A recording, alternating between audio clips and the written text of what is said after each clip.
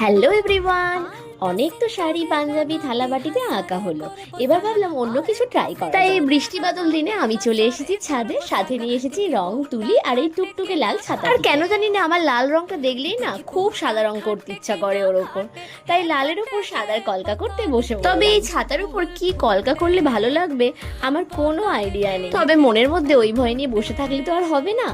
কথাতেই আছে কোনো কাজ শুরু করলে ঠিকই শেষ করা যায়, তো সেই রকম ভেবেই শুরু করে দিলাম। আর এখন দেখো আমার কাজটা কমপ্লিটও হয়ে গেছে। তবে কাজটা পুরোটা করার সময় আমি কোনো ভিডিও ক্লিপস নিতে পারিনি, কেননা সেদিন ছাদে তখনই বৃষ্টি চলে আসে আর আমি নিচে এসে খুব একটা লাইট ছিল না বলে আমি কোনো ভিডিও ক্লিপস নিতে পারিনি। আর তাই কাজটা কমপ্লিট হওয়ার পর একেবারে তোমাদের সঙ্গে শেয়ার। যাই হোক, এত কিছুর পর হয়তো তোমাদের মনে আমার মতো সেম একটা কোয়েশ্চেন আসছে যে এটা যদি বৃষ্টিতে ইউজ করি রংটা উঠে, এর উত্তর এখন আমার কাছেও নেই। আগে ইউজ করে দেখি, তবে রংটা করার পর আমি এটাতে খুব ভালোভাবে বার্নিশ দিয়ে দিয়েছিলাম।